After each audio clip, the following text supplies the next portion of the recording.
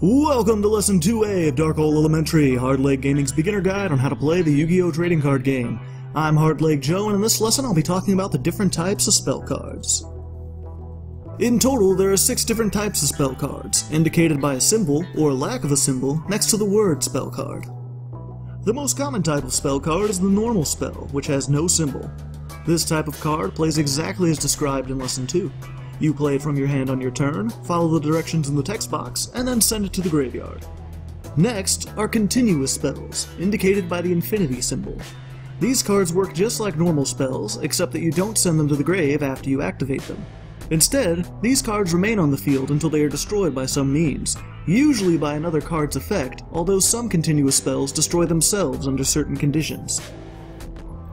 Equip spells, indicated by a plus symbol, are spells that target a specific monster and apply effects just to that monster. To target a monster simply means to select it. In order to play an equip spell, you must first have a valid monster to target. Unless the text on the equip card says otherwise, you can target any face-up monster on either you or your opponent's side of the field, although the spell is always placed on your side of the field, even if you equip it to an opponent's monster. Once an equip card is equipped, it acts sort of like a continuous spell card, staying on the field instead of going to the graveyard. However, equip spells only stay on the field for as long as the monster they are equipped to does.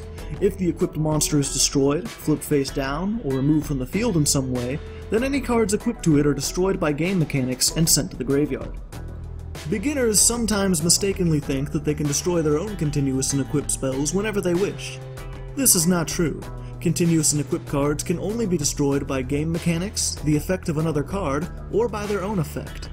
Because of this, you should exercise caution when using these types of cards not to fill up all your spell trap zones, since you will not be able to play any more spell traps if you have no open zones. Moving on, we have field spells, indicated by the symbol of a compass rose. These spells work just like continuous spell cards, except for 2 distinct differences. The first is that field spells have their own special dedicated zone, the field card zone, which each player only has one of. Field spells can only be placed in this zone, so each player can only control one field spell at a time. Secondly, unlike continuous spells, you can play another field spell even if your zone is full. Doing this destroys the previous field spell via game mechanics and replaces it with a new one. Next on the list are Quickplay spells, indicated by the lightning bolt symbol. These are the most complex of the spells and are unique in 3 distinct ways. First, Quickplay cards can be activated from your hand during any phase of your turn. This will make more sense later when you know about phases. For now, just know that all other spell cards can only be activated during certain parts of your turn, but Quick Plays can be played at almost any time during your turn. Secondly, and most importantly, setting a Quick Play spell changes the way it works. Once you set a Quick Play spell, it changes to function like a trap instead of a spell. This means that once you set it, you can no longer activate it for the rest of that turn, but you can activate it at any point after that turn, including during your opponent's turn.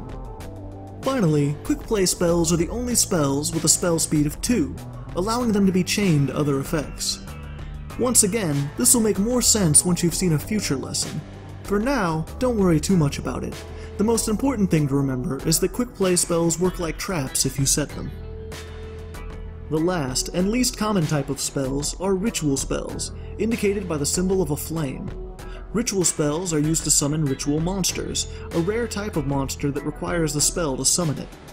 Aside from their purpose, ritual spells are played just like normal spells. There is a little bit more to rituals, but since using ritual monsters is not common, I won't be covering that here. If you want more information, click on the annotation to see our Skill Drain High lesson on ritual monsters.